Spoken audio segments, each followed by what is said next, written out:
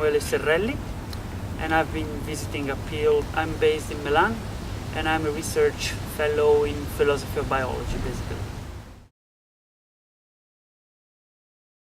Philosophy of biology is an enterprise of rational understanding of life sciences, and sometimes it's a little bit confused with theoretical biology because you do a lot of conceptual work, but it has also very specific problems, like for example the epistemological problems or the social problems about what is science and how does it work. I'm very interested in the philosophical aspects of science and in epistemology and how we arrived to acquire the knowledge we have about the natural world, and scientists do it very well, but it's very difficult to understand how they do. So I'm interested in how they build their models, their theories, and how they change to time. I think that philosophy of biology has developed a deep desire to be useful for scientists. Sometimes I think this leads people to become too much of a scientist. So like they start making models and they start doing lab work or something like that, field work, and that can be useful, but and you can learn a lot of things by doing that, but you have to be a little bit different to be useful. So you have to understand, to remember that there are some specific philosophical questions about what scientists do, and on the other hand, you must keep yourself understandable for scientists, because one of the criticisms is that even if I don't know, a philosophy of biology has concentrated so much on the levels of selection debate. Everybody talks about this, about fitness, what is fitness, in this equation, in this other equation, what is a group, what is not a group, is it a unit, is it not. That's very useful. But over a certain limit, scientists lose the track of this debate, because it's not anymore useful, and so you become so interested because it's conceptually so attractive. So I think that it is a constant dance with science. So you have to be close but not too much, and autonomous but not too much, and there's no recipe to do that. It's just, keep going. curiosity and the desire to be useful. And one of the recent focuses also here in AppEEL has been this claim about the extension of the modern synthesis and the idea that there should be something, a theory which is more inclusive and more diverse and more complex.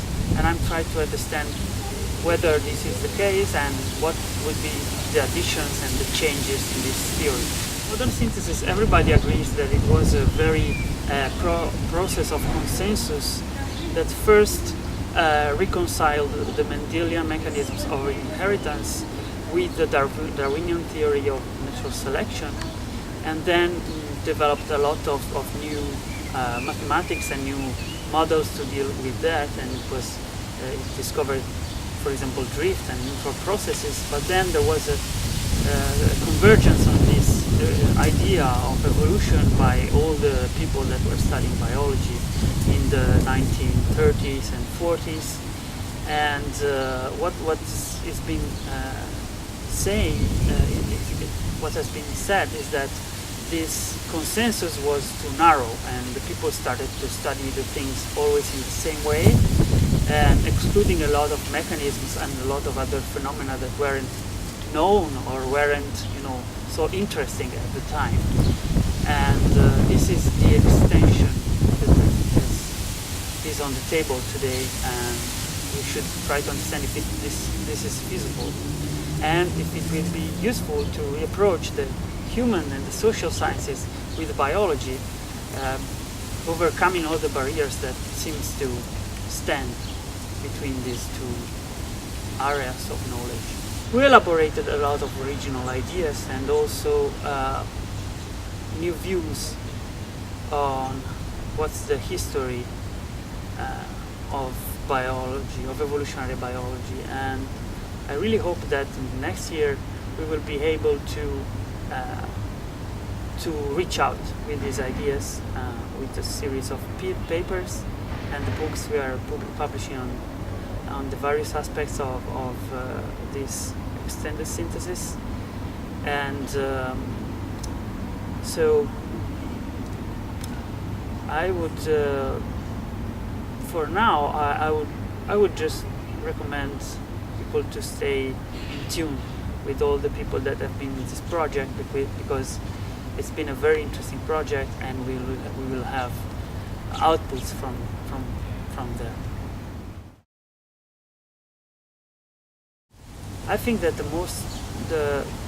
if there will be a very radical turn, it will be by turning a theory that is based on inheritance and on genes in a theory that is based on ecology and ecological systems, and understanding inheritance and the genetic systems as an effect, a very important factor, but it's something that records the history of what happens in the ecological world, and this is completely missing from the actual theory. The concept of niche means something to the population geneticist that sees it as a set of selective pressures that act on the population. It has a different meaning for an ecologist that sees the niche as the parameters of the environment where the species is able to live. And in the ecology, species can modify the environment by picking resources or putting resources there. But the selective pressures are not modified in that way. So this is a source of incompatibility between different models. And we may think that because they use the same word, they are doing a theoretical integration, but it's not that easy. And also a niche for a lot of psychologists or anthropologists means the developmental environment of the individual, because you grow up in a society, you learn a language, you learn things to do, and so you develop in a certain way, and that's your niche. And that's partly true, but it's still another meaning of niche. So I think that when we have to work out these concepts more for the scientists and for the others that have to understand what we can make for this concept.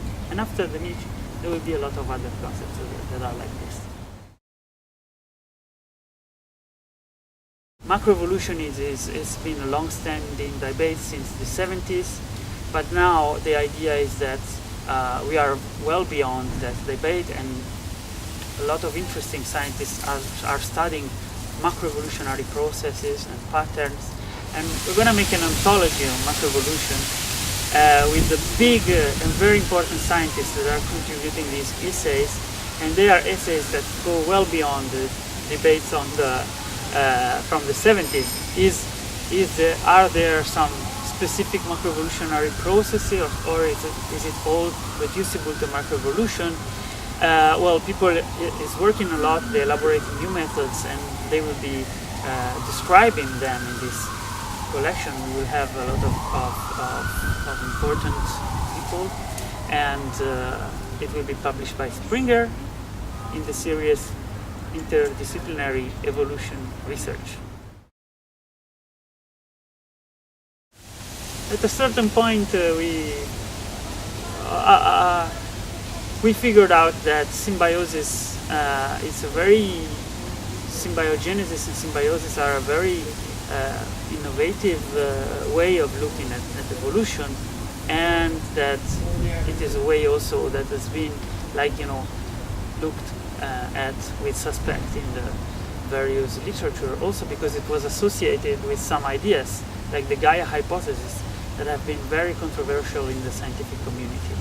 And so we wanted to explore what was really the association between these two fields? Is this a logical necessity? Is this just historical reasons? Is it just because the characters, the scientists that pushed these ideas wanted to do big claims or to publish famous books?